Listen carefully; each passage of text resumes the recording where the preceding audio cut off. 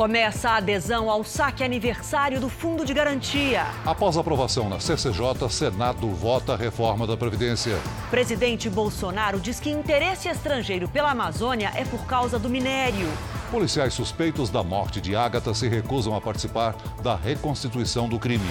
Polícia investiga se menor que matou menina agiu sozinho em São Paulo. Manifestante é baleado por policial durante protesto em Hong Kong.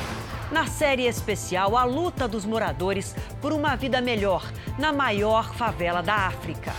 E o encontro emocionante do maestro famoso com o coral de voluntários num hospital do Rio. Prova que alegria, transforme seu dia.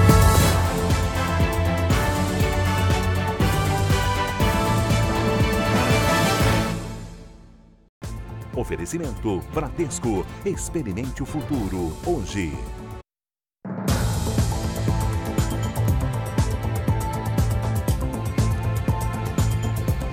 Olá, boa noite para você. Um adolescente de apenas 12 anos afirmou à polícia ter matado uma menina de 9 anos em São Paulo. Apesar da confissão do menino, os investigadores querem saber se ele agiu mesmo sozinho. O menor foi ouvido nesta tarde por promotores da Vara da Infância e Juventude no centro da capital paulista. De lá foi levado para a Fundação Casa. A justiça determinou a internação provisória dele por 45 dias. Raíssa, de 9 anos, foi encontrada morta, amarrada numa árvore neste parque na zona norte de São Paulo.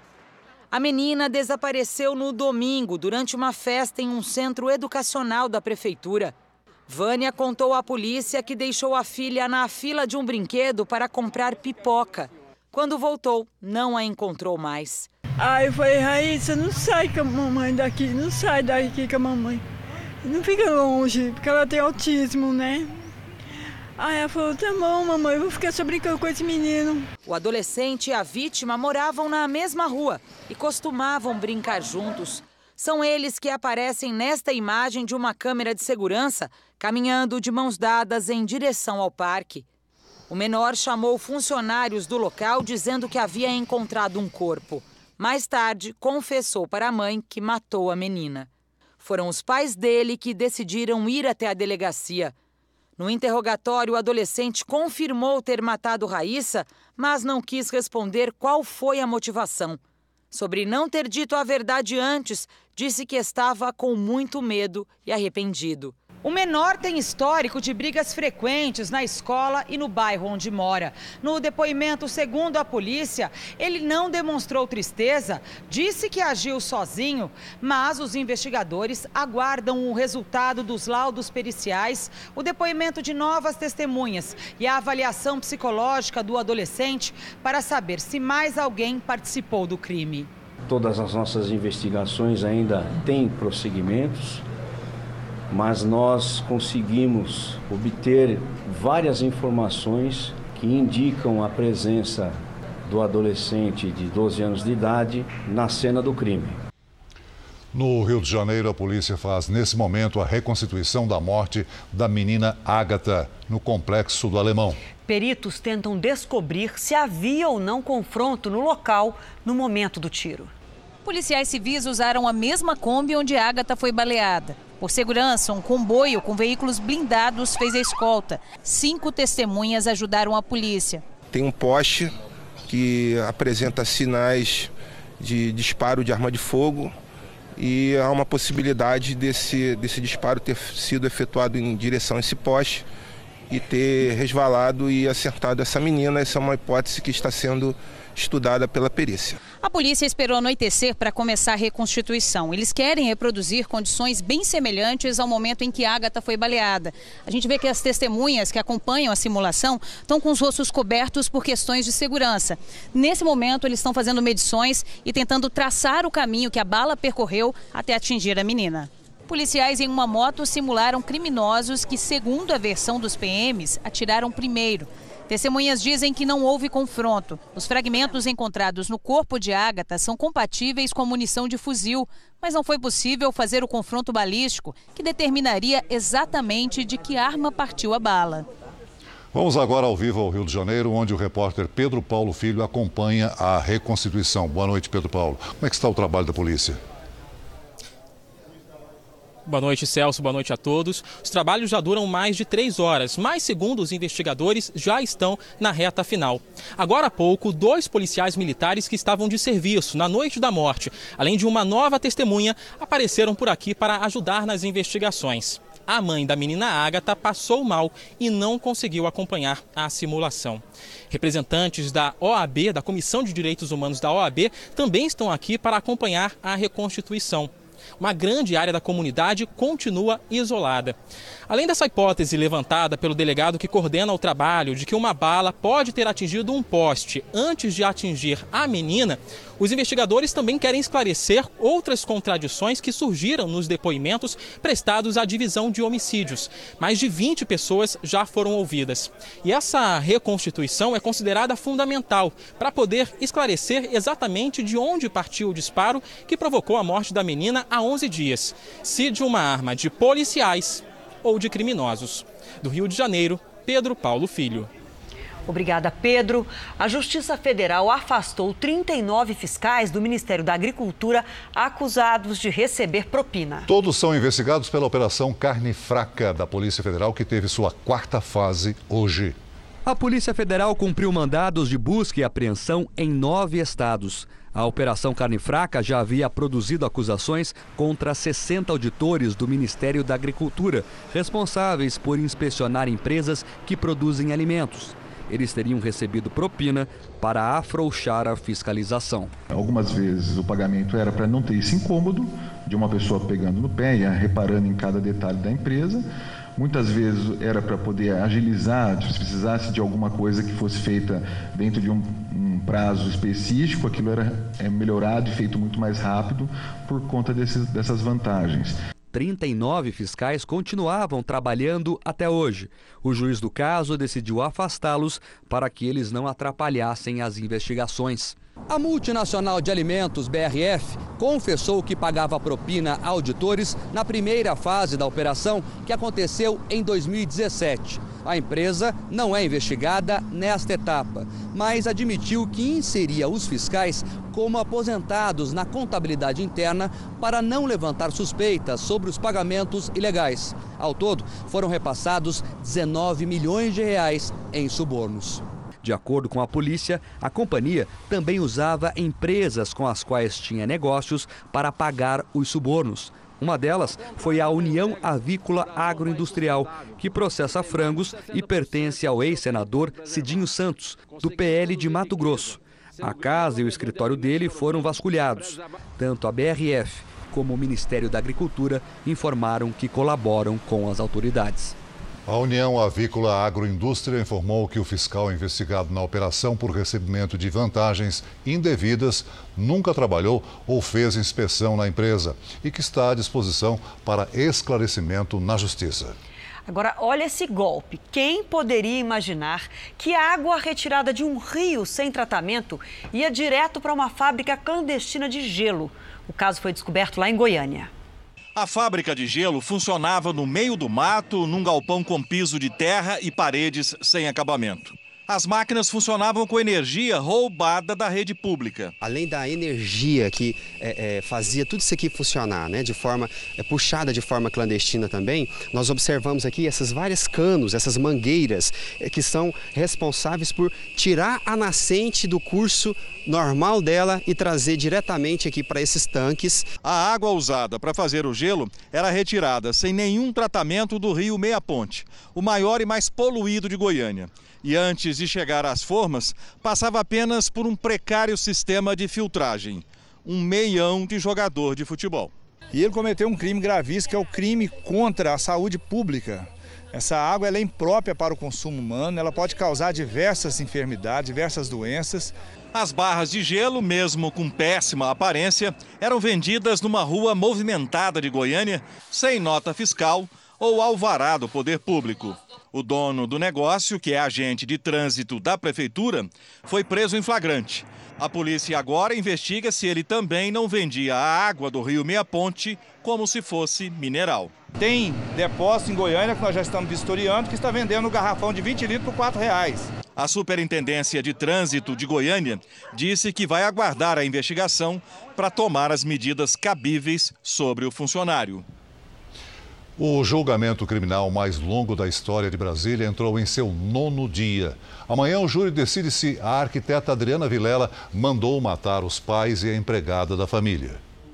O casal Guilherme Vilela, ex-ministro do TSE, a esposa Maria Vilela e a empregada Francisca do Nascimento foram mortos em agosto de 2009 no apartamento onde moravam. 3 pessoas já estão condenadas, entre elas um ex-porteiro do prédio. Para o Ministério Público, a filha do casal, Adriana, foi a mandante do triplo assassinato e estava presente na cena do crime. Segundo a acusação, o motivo do crime foram desentendimentos com os pais por dinheiro. Adriana Vilela prestou depoimento hoje por aproximadamente 8 horas e se diz inocente. 1º de outubro é o Dia Internacional do Idoso, uma data instituída pela Organização das Nações Unidas para chamar a atenção sobre as questões que envolvem o envelhecimento. No Brasil, a população de idosos só cresce e muitos deles continuam trabalhando, uns porque precisam e outros também porque fazem questão de continuar ativos. São quase 4 décadas como professora de educação física. Perto de completar 61 anos, Soraya já poderia estar aposentada. Mas parar de trabalhar não está nos planos. Gosto de trabalhar, gosto de fazer o que eu faço. Faço com todo carinho, com todo amor. É com o salário que a Soraya paga as contas da casa. E fora do trabalho, nada de preguiça. A professora dá espaço para a atleta. Isso é maravilhoso porque você termina se sentindo bem. Quem é gratificado com isso é o corpo que adora esse movimento. O Brasil tem mais de 30 milhões de idosos, segundo o IBGE, quase 16% da população. E o perfil vem mudando nos últimos anos. Eles estão cada vez mais ativos, ajudam no orçamento da casa e muitas vezes bancam a maior parte das despesas. Hoje, cerca de 7,5 milhões de idosos trabalham, 37% a mais, comparando com 7 anos atrás. Se alguns anos atrás, a pessoa que chegava aos 60, 70 anos era considerada um velhinho, né, uma pessoa que não tinha capacidade produtiva, hoje o que a gente vê são idosos cada vez mais velhos, chegando aí na casa dos 80 e até mesmo dos 90 anos, mantendo suas atividades laborativas. Dona Fátima é um exemplo. Ela trabalha com artesanato há 31 anos, desde que se aposentou. Hoje, aos 86 anos, tem disposição e saúde de sobra. Botar na minha mente não ficar pensando em doença, pensar nisso, pensar naquilo. Eu faço por prazer, porque gosto de fazer. É isso aí, Dona Fátima. E você, convive com algum idoso? Poste uma foto com ele e faça sua homenagem usando a nossa hashtag #VocêNoJR.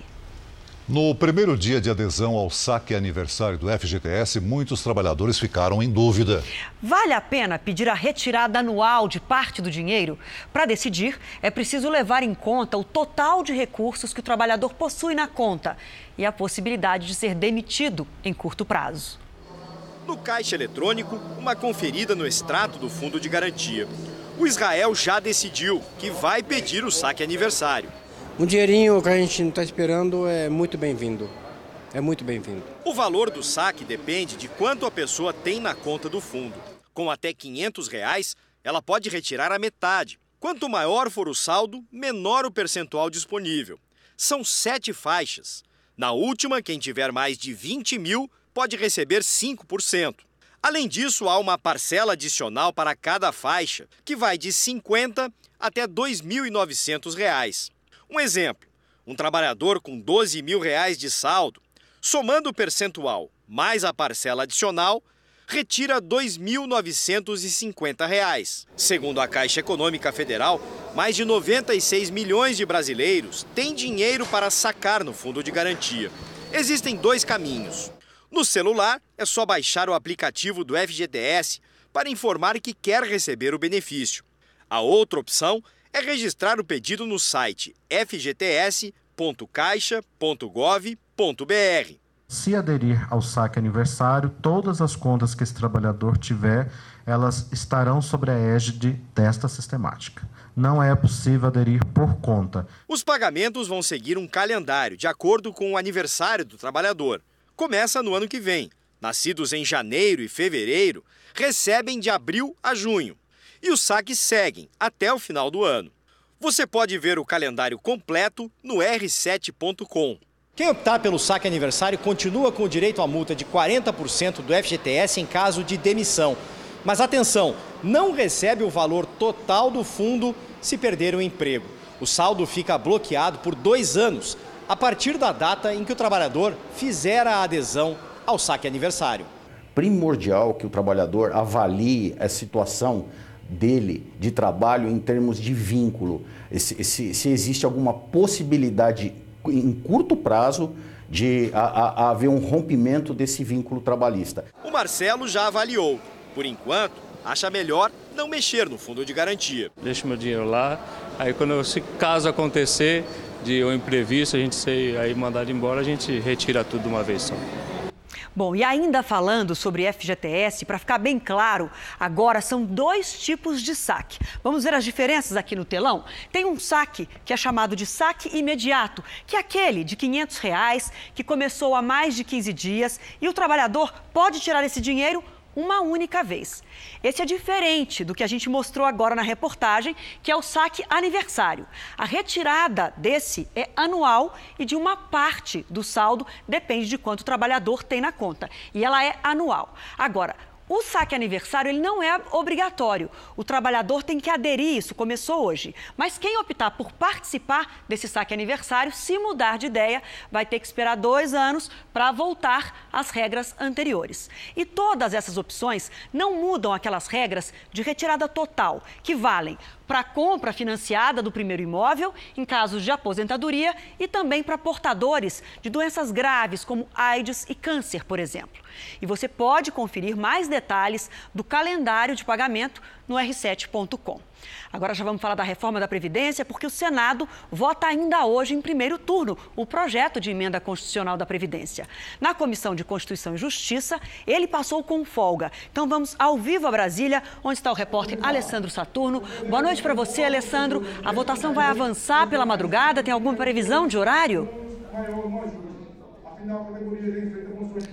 Olá, Adriana, boa noite a todos. Olha, aqui a sessão segue com encaminhamentos dos senadores. Depois falam as lideranças e aí sim, logo em seguida, os senadores vão partir para analisar, para votação do texto da reforma da Previdência. Vão analisar primeiro o texto principal e logo depois os destaques. Ao todo são 10. Bom, e mais cedo, na Comissão de Constituição e Justiça, tudo saiu como o governo previa. A proposta foi aprovada por 17 votos a 9. E se o texto for mantido como está, haverá uma economia de 876 bilhões de reais para a União nos próximos 10 anos. Haverá uma segunda votação, é o segundo turno, marcada para o próximo dia 10 de outubro. Mas essa data ainda não foi fechada, isso porque líderes do governo dizem que ainda precisam convencer alguns senadores que estão em bronca aí com o governo, que o governo não teria cumprido algumas demandas relacionadas ao Pacto Federativo e também ações regionais. Adriana, a gente segue acompanhando a votação aqui da reforma da Previdência no Senado. De Brasília, Alessandro Saturno. Obrigado, Alessandro. O IBAMA analisa a origem das manchas que apareceram em praias de 9 estados do Nordeste. Segundo a Petrobras, é petróleo cru de fora do Brasil. As manchas chegaram hoje à praia de Barra dos Coqueiros, em Sergipe. No Rio Grande do Norte, tartarugas foram encontradas encharcadas de óleo. Em Pernambuco, as manchas foram vistas em praias famosas, como Porto de Galinhas e Boa Viagem.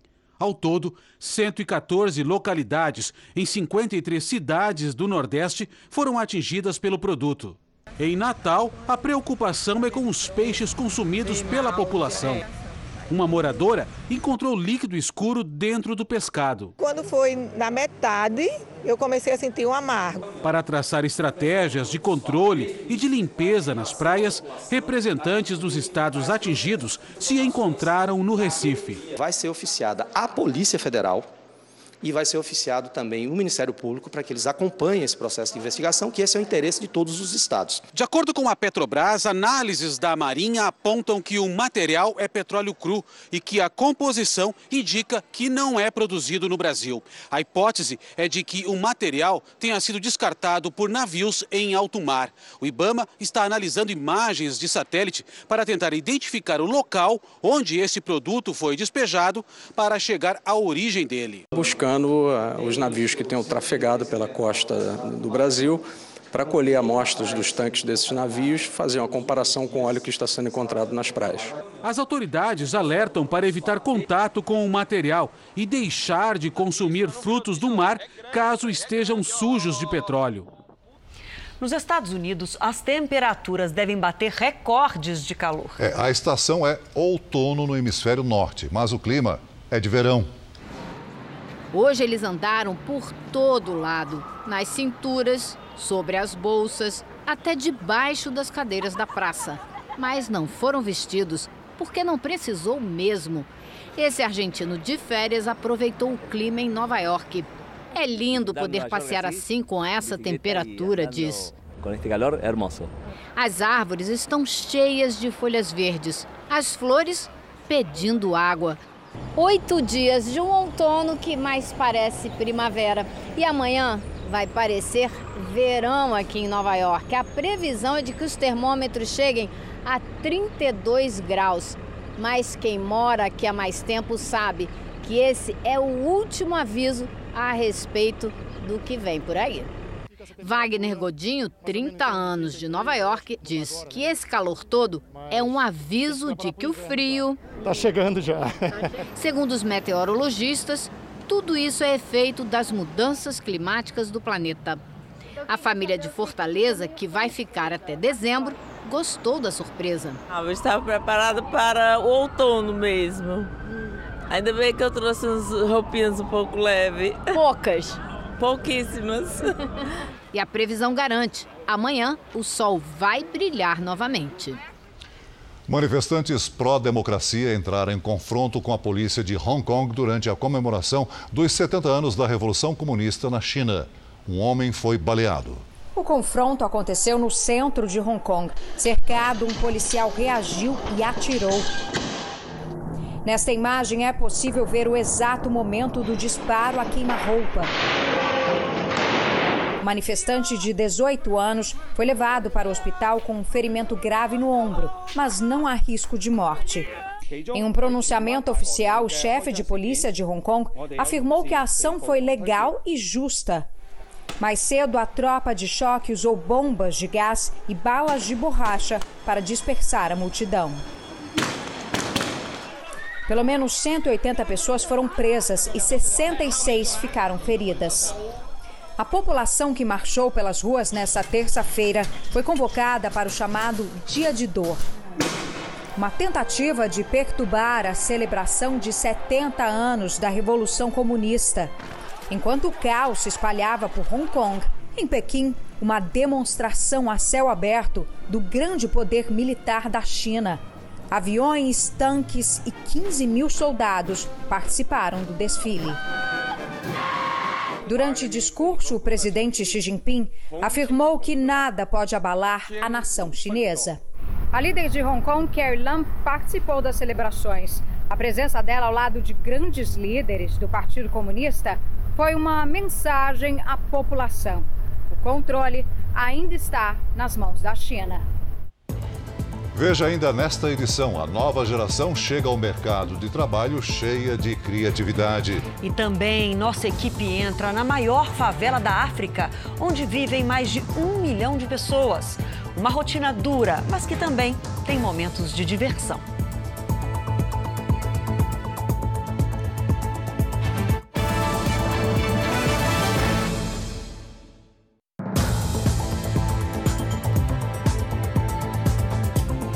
O presidente Bolsonaro estuda enviar militares para ajudar garimpeiros na região da Serra Pelada, no Pará. Hoje, o governo também lançou um programa para agricultura familiar no Nordeste. O governo estima que 230 municípios dos 9 estados do Nordeste, além de parte de Minas Gerais, serão beneficiados pelo plano que pretende promover o desenvolvimento rural.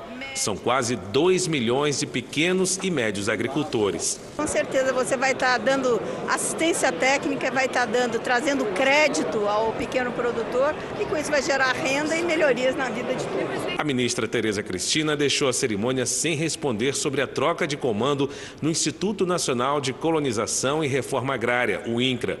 A substituição ganhou força depois que o presidente Jair Bolsonaro manifestou desconforto com a disputa entre o presidente do Instituto, general João Carlos Jesus Correia, e o secretário especial de Assuntos Fundiários, Naban Garcia, pela entrega de títulos de propriedade de terras aos assentados na Amazônia. O meio ambiente dominou a agenda presidencial. Mais cedo, aqui na porta do Palácio do Planalto, Bolsonaro garantiu a um grupo de garimpeiros que, caso haja amparo legal, enviará militares para atuar na região de Serra Pelada, no sul do Pará, para garantir a exploração mineral. Então aí o mundo falando e muitas vezes criticando o garimpeiro. Agora, a covardia que fazem com o meio ambiente, como empresas de vários países do mundo, faz aqui dentro do Brasil, ninguém toca no assunto porque a propina, pelo que parece, né? Corre solta. As informações que nós temos, como o nosso minério é doado para outros países. E saíram novos números da produção industrial brasileira. Houve um crescimento no mês de agosto de 0,8%. Esse é o melhor agosto dos últimos 5 anos. Mas, no acumulado dos últimos 12 meses, há uma queda de 2,3%. Esses são números do IBGE. O Supremo Tribunal Federal determinou a suspensão da investigação sobre o senador Flávio Bolsonaro, conduzida pelo Ministério Público do Rio de Janeiro. A decisão do ministro Gilmar Mendes determina a suspensão dos processos sobre o senador Flávio Bolsonaro.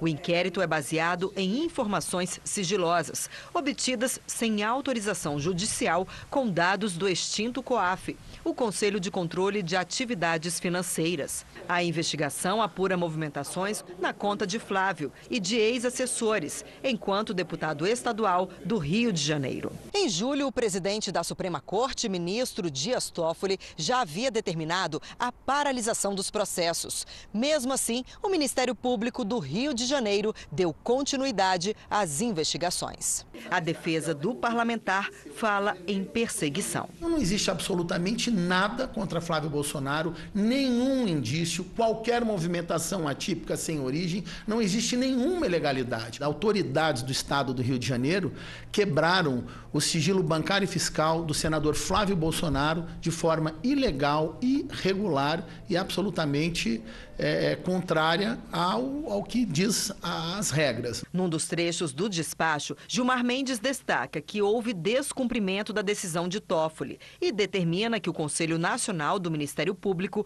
identifique os responsáveis pelo compartilhamento de dados entre o COAF e o Ministério Público. O caso deve voltar à discussão no dia 21 de novembro, desta vez no plenário do Supremo. Ele se sente perseguido e, na verdade, ele é perseguido, porque o tratamento dispensado a ele desde o dia 1 não é o mesmo às demais pessoas em situação similar no Brasil, no Rio e no Brasil. Veja a seguir o encontro emocionante do maestro famoso com o coral de voluntários num hospital do Rio. E na nossa série especial, a força de vontade vence a ausência do poder público. A panqueca, o cinema e os novos empreendedores da maior favela africana.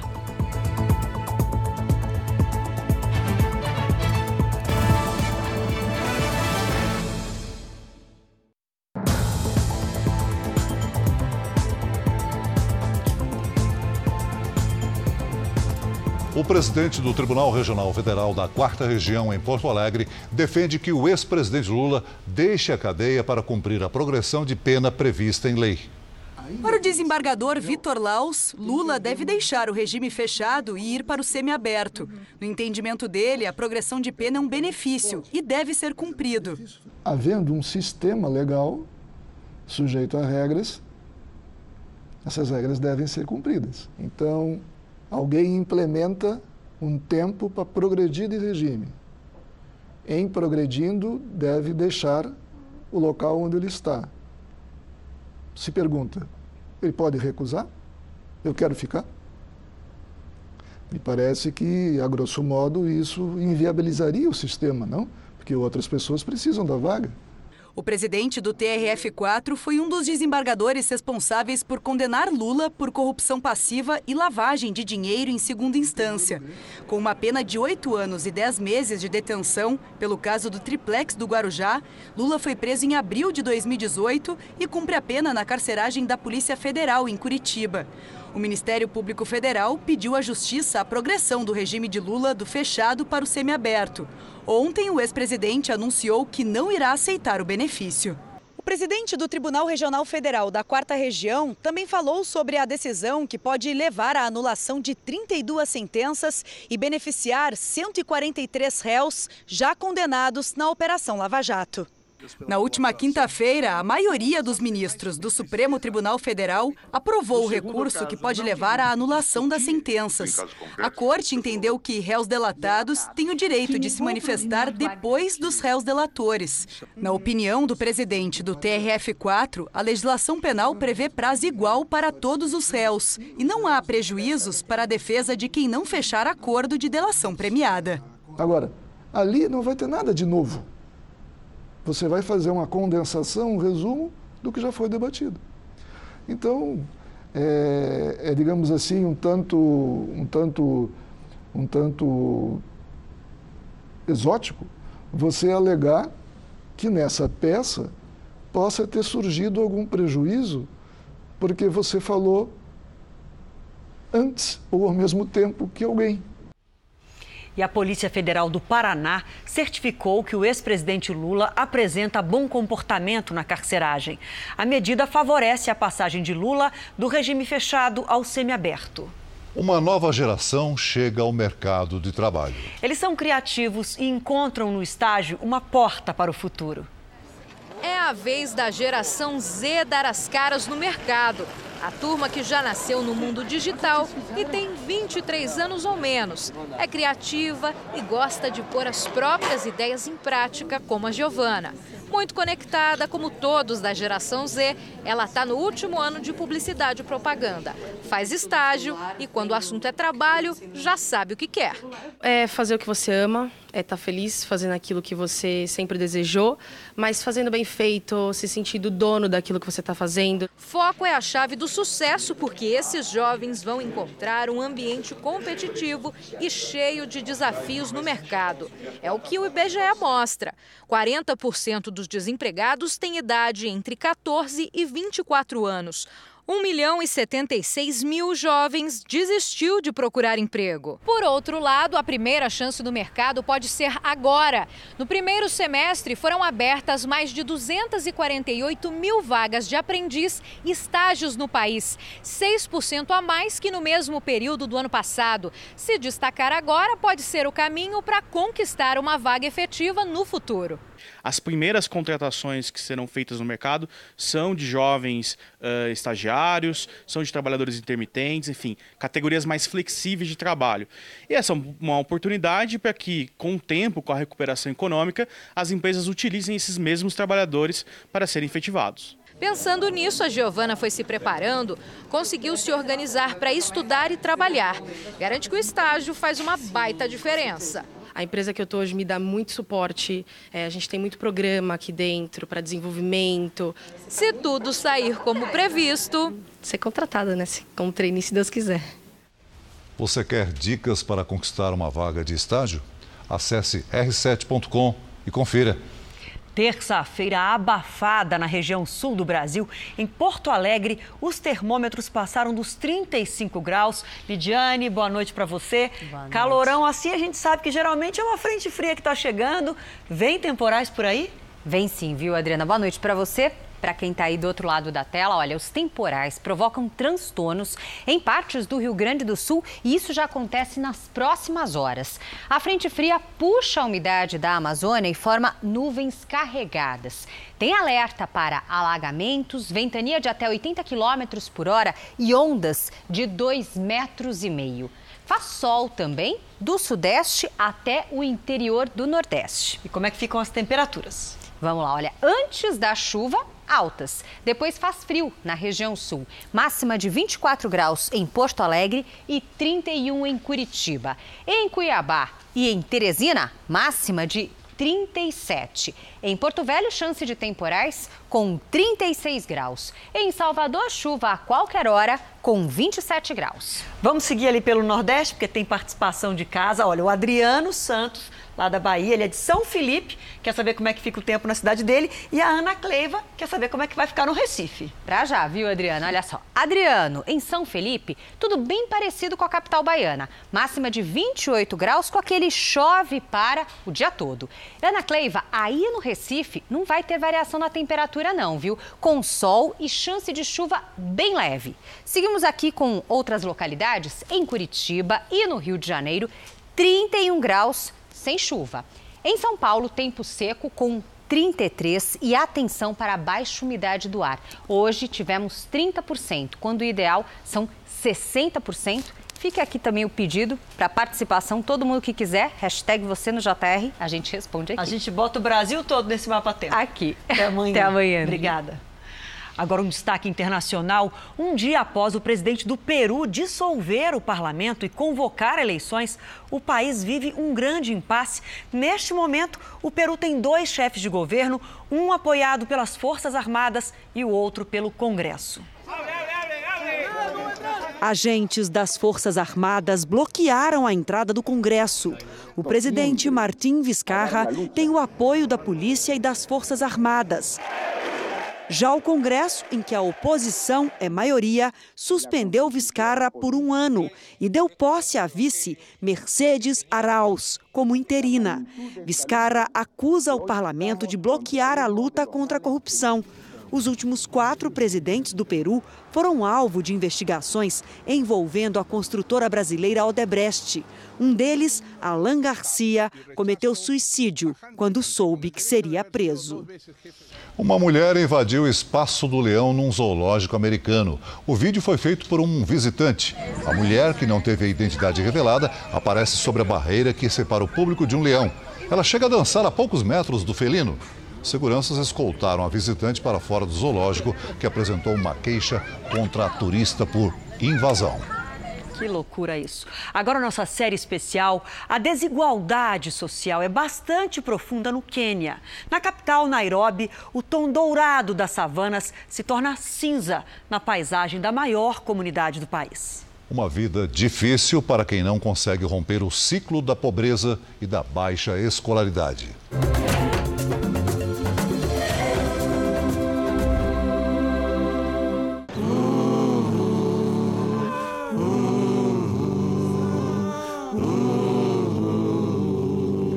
Nos subúrbios de Nairobi, a capital do Quênia, 1 milhão de pessoas vivem aglomeradas numa favela de tons dramáticos.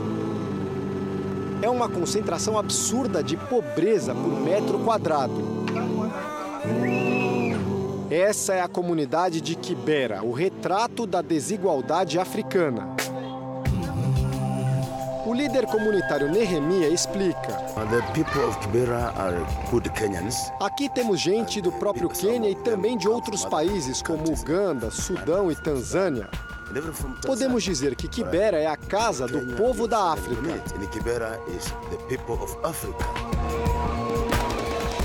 A linha de trem funciona como se fosse a principal avenida de Kibera. E aqui a gente vê de perto uma realidade comum no Quênia e em todo o continente. Mesmo nós brasileiros que estamos acostumados a ver favelas, a ver pobreza, nos surpreendemos porque a miséria aqui é muito mais intensa, as condições de vida muito mais difíceis. A partir de agora, nós vamos mostrar com detalhes como é a rotina dos moradores da maior favela da África. A maioria das pessoas em Kibera tem em média R$4 por dia para sobreviver. O lixo acumula em cada rua. O esgoto se alastra por todo o território. A água se mistura à sujeira. A favela é um foco de doenças. A AIDS já contaminou boa parte da população. E nem sempre se come aqui o suficiente para matar a fome. E essa é a principal refeição da população de Quibera. É uma panqueca de farinha de trigo, bem simples, eles colocam muito óleo, é bem gordurosa e custa bem barato também, cerca de 40 centavos de real. As pessoas comem aí muitas vezes uma, duas dessas e aí se alimentam o dia inteiro, é o que eles têm para comer. Missan, de 18 anos, sobrevive da venda dessas panquecas na favela. Então ela está contando que veio de Uganda, porque lá a vida era ainda mais difícil. Para ela, mesmo toda essa miséria de Quibera, é muito melhor do que o que ela tinha no país natal dela. A história dela se confunde com a de muitos por aqui que não acompanham os custos do centro de Nairobi. O aluguel de uma casa ou de um barraco em Quibera custa entre 50 e 200 reais por mês.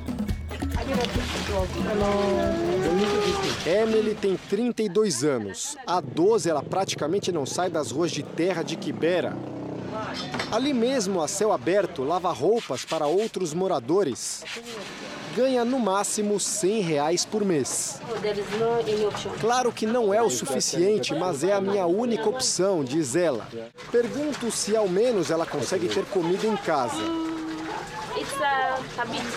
Um pouco de comida, responde Emily. Joff, um ex-militar queniano, explica melhor. Morar aqui não é uma forma digna de viver. Não foi uma escolha minha chegar a Quibera, é a pressão econômica.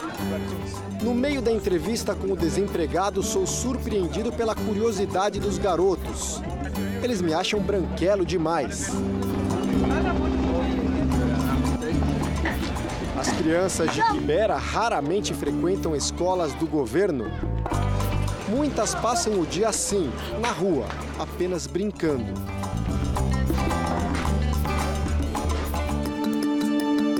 Por onde a gente passa, tem um comércio de latas de carvão. Num território sem gás, é o que alimenta os fogareiros.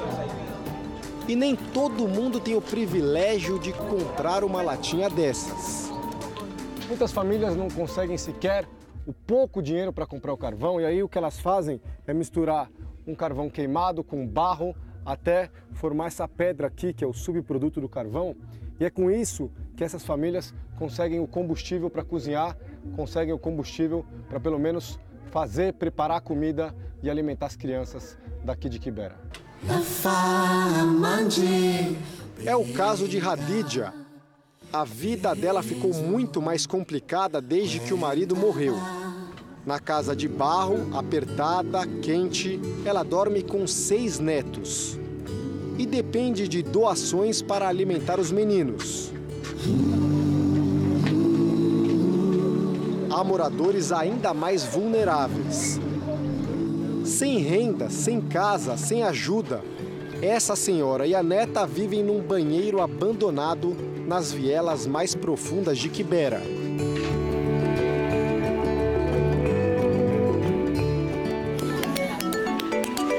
Mas nem toda a dificuldade tira da população daqui a vontade de se superar. Dentro de boa parte dos barracos, há empreendedores. O salão de barbeiro diversificou o negócio para uma estação de carregamento de celular. E do jeito deles, os moradores também se divertem. O que a gente vai mostrar agora é algo incrível e inimaginável no meio da maior favela da África. Essa aqui é a lista de filmes do cinema de Quibera. Lá dentro pode não parecer, mas está lotado de público assistindo um desses filmes. Quer ver? Olha só, vamos entrar em silêncio porque o pessoal está vendo o filme. Vamos lá. Todo mundo concentrado, assistindo o filme que passa na televisão. E cada um pagou cerca de R$2 para ter a sessão de lazer. Vou fechar aqui para não incomodar muito o pessoal.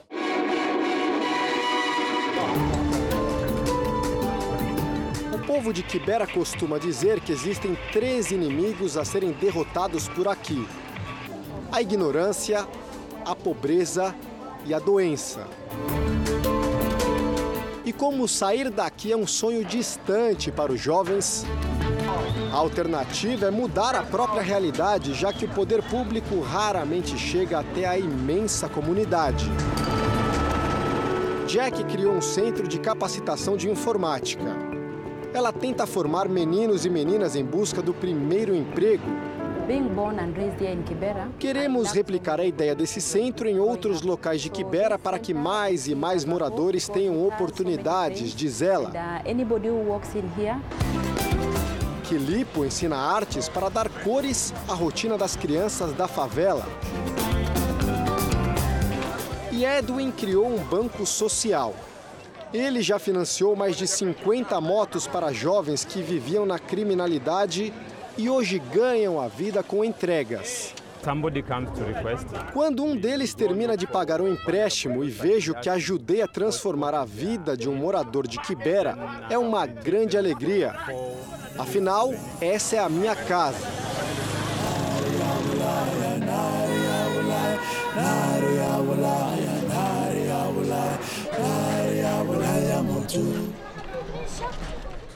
Você pode acompanhar os bastidores dessa série nas redes sociais do JR. Agora, um encontro inesperado dentro de um hospital do Rio de Janeiro. Esse senhor que você vê aí é um dos maiores maestros brasileiros, Isaac Krabichevski. Aos 84 anos, ele fazia exames quando se encontrou com o coral Os Cantareiros, que se apresentavam para os pacientes. Aumenta o som, que é emocionante. Já é hora de trazer beleza pra vida e fazer o mundo inteiro feliz. Venha, já é hora de trazer beleza pra vida e fazer o mundo inteiro tudo.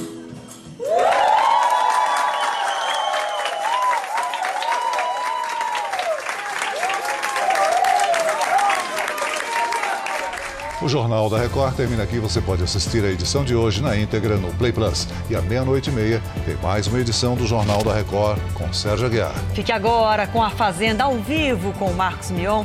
A gente volta a se encontrar amanhã aqui no JR. Até lá. Boa noite. Até amanhã.